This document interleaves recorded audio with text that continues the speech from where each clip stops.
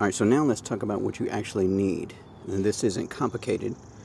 You need a basic socket set. Then you're going to need a spark plug socket, and I like this one because it's swivel. So inside of here you're going to see that there is a rubber boot. That rubber boot grabs onto the spark plug so that way it doesn't fall down into the hole as you're removing it. I also like an extension. This is a 3/8 extension, and this is determined by the drive at the end. So this is your 3/8. This is 1/4 inch. So the drive size is 1/4 inch here. So that is made for 1/4 inch drive sockets. Then you have this size, which is your 1/2 inch drive. So you'll notice that the drive is 1/2 inch. So each different socket size goes on a different drive size. So here we have our spark plugs, and here we have some anti-seize. Now there are two different types of anti-seize. This is the silver type, and there is also a copper type, but I like this, the silver, for spark plugs. Now if you're building out a Vanlife toolkit, this here is one of the most important things you want to have. Simple tools that can save your entire trip. Now before you even buy spark plugs, you need to make sure you're getting the right ones. There are a few ways to do that. You're going to, 1, check your owner's manual. 2, look it up online by your vehicle, or go to the parts store and you're going to have them confirm what you're looking for. For me, I only run NGK or Denso. These are some Denso plugs right here, and this car takes iridiums. Now these are OEM quality spark plugs, and they're what most manufacturers use from the factory.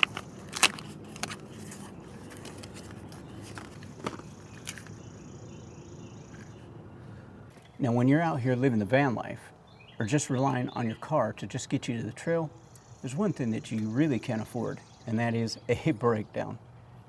And a lot of times it comes down to something very simple: spark plugs. Now most people never think about them until the car starts running rough, fuel economy gets diminished, or even worse, or you get a misfire code, and now you're stuck on the side of the road trying to figure out what the problem is. So today, what I'm doing is replacing the spark plugs in the Prius C, and I'm going to show you exactly how to do it so that you don't get caught off guard. Now, the first thing you want to do is make sure that your engine is completely cool, especially on aluminum engines like this one, because if you try to remove the spark plugs from a hot engine, then you can damage the threads down inside the cylinder head, and that turns a very simple job into a very expensive one.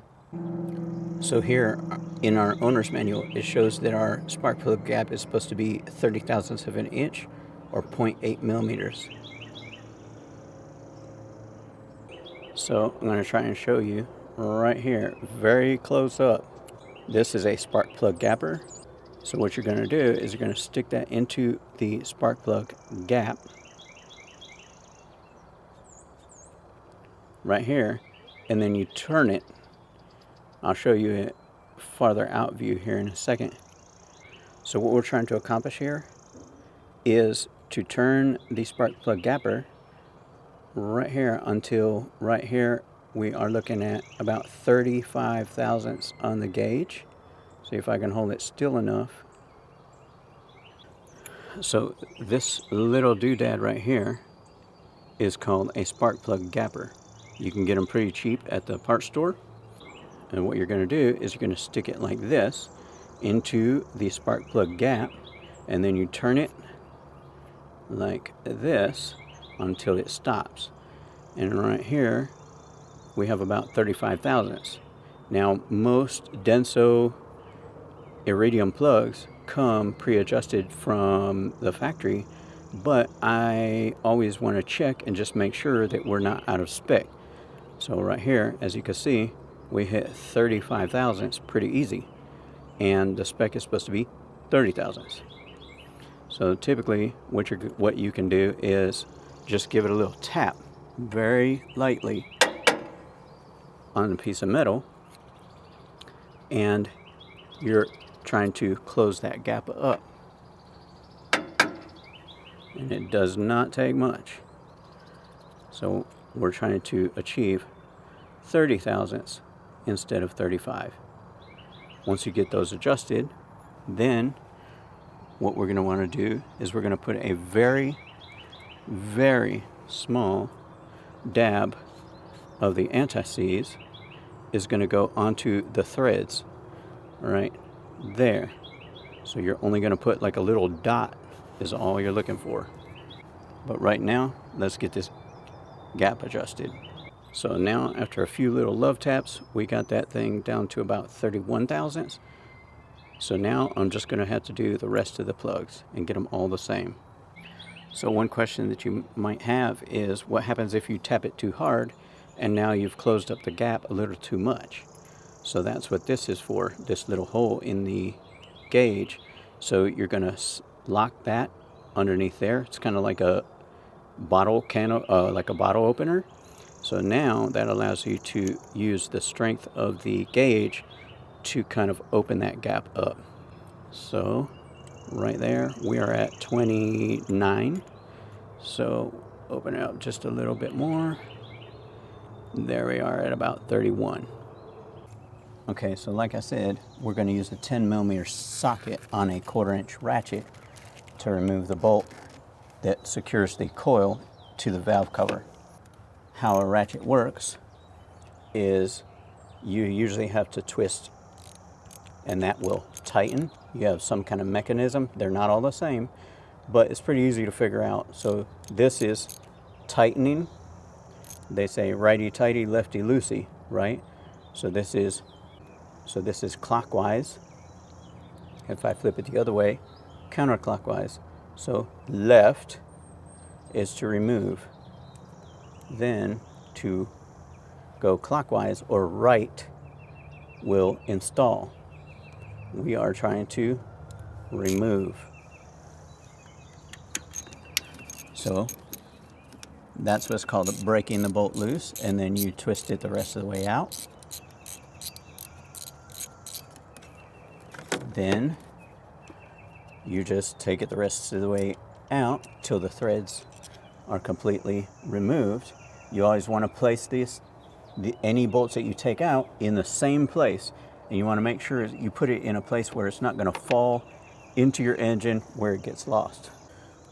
So one thing that I'm going to do here is show you how to disconnect the connector. So you usually have some kind of push tab that you will squeeze down to remove.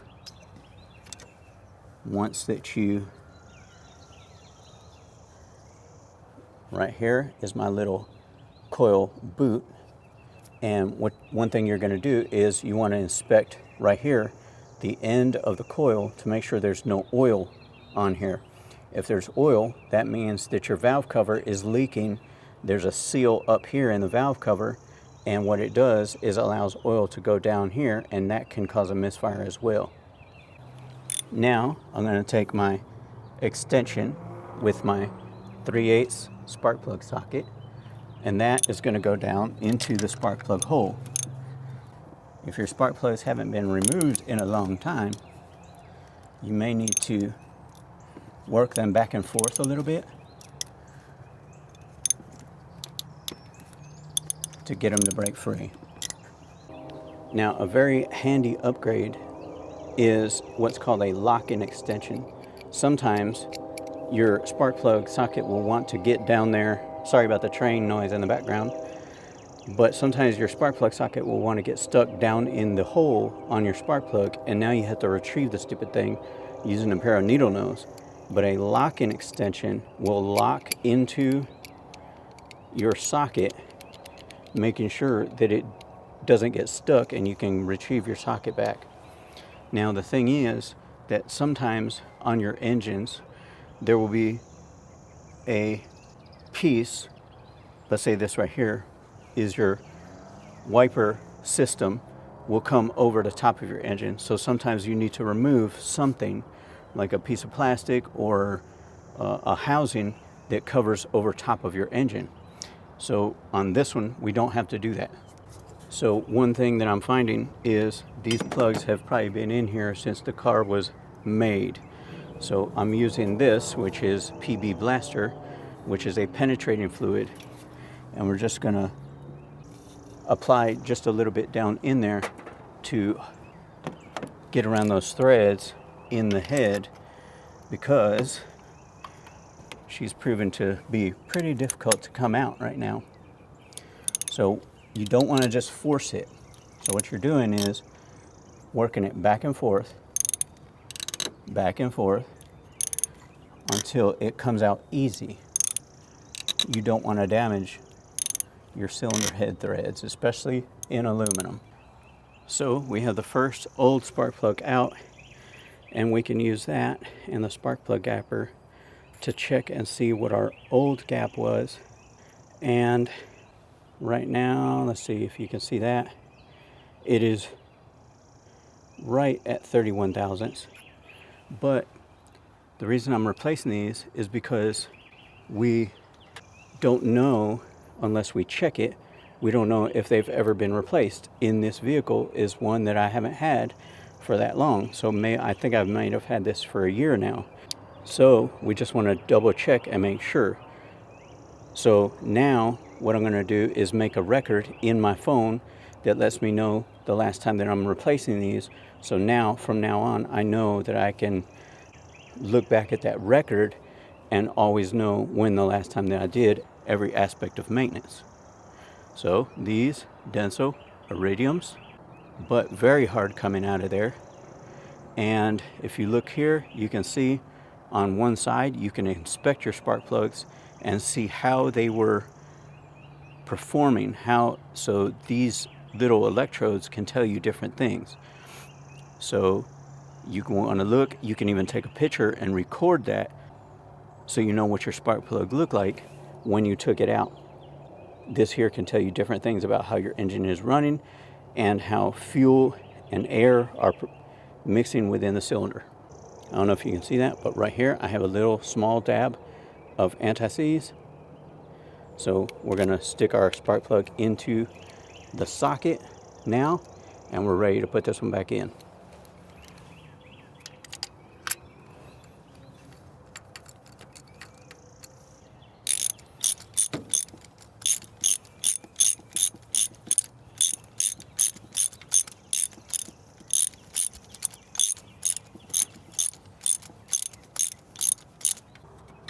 So one thing that I do want to point out is when you put the spark plug down into the hole, you always want to hand start it at the beginning.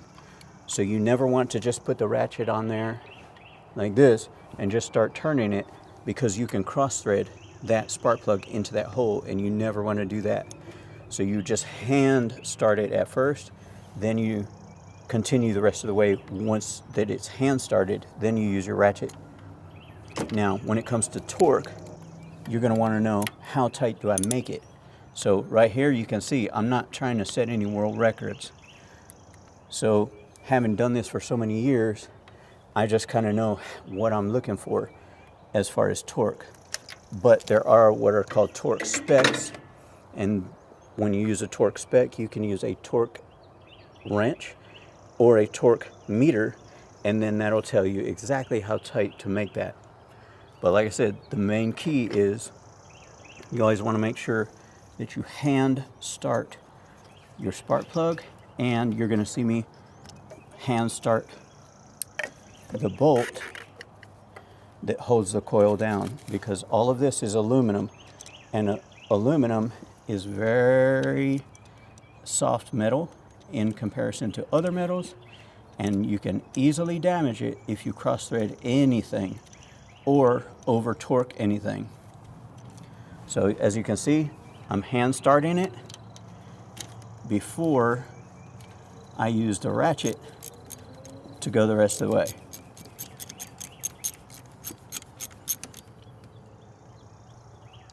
So again, I'm not trying to set any world records as far as torque. So I made sure that my coil connector right here clicked all the way in and was fully seated. So now we just need to continue the rest of the plugs. Now, what is the spark plug gap for? The spark plug gap is the distance between the center electrode and the ground strap. That gap determines how far the spark has to jump. Now, with iridium plugs like these, they usually, like I said, come pre-gapped from the factory. So I'm not really adjusting them very much, but I just want to make sure that they're correct. If you ever do need to gap a spark plug, you're going to use the spark plug gapping tool, and you're going to carefully adjust the spark plug gap to, like I said, the manufacturer's specifications. Now, if you end up adjusting that too close or too tight, then you're going to get what's called a weak spark. And if you do it too wide, the spark may not jump at all. The anti-seize is what prevents the spark plug. So the anti-seize right here is what keeps the spark plug from seizing up in the cylinder head over time, especially when you're dealing with an aluminum engine like this one. Now here's why this matters. If you let your spark plugs wear out, you're not only risking performance, you can get poor fuel economy, hard starts, and a rough idle. And eventually, you're going to get misfire codes. And when that happens, it makes your ignition coils have to work harder to compensate. And that can lead to those failing also. Now, you've gone from a simple maintenance job to a much bigger repair. And when you're out here on the road, that's not something that you want to deal with. This is definitely one of those things that is easy to ignore until it becomes a problem. But if you stay ahead of it, then you stay in control. Because van life, or even just getting out here to the trail, depends on your vehicle, right? And your vehicle depends on little details like this. Now, if you want more simple, real-world repairs like this, things that you can actually do yourself, just let me know down in the comments. And if you're building your own setup and you want to stay ready for anything out here, just hit that subscribe button. And I'll see you in the next one.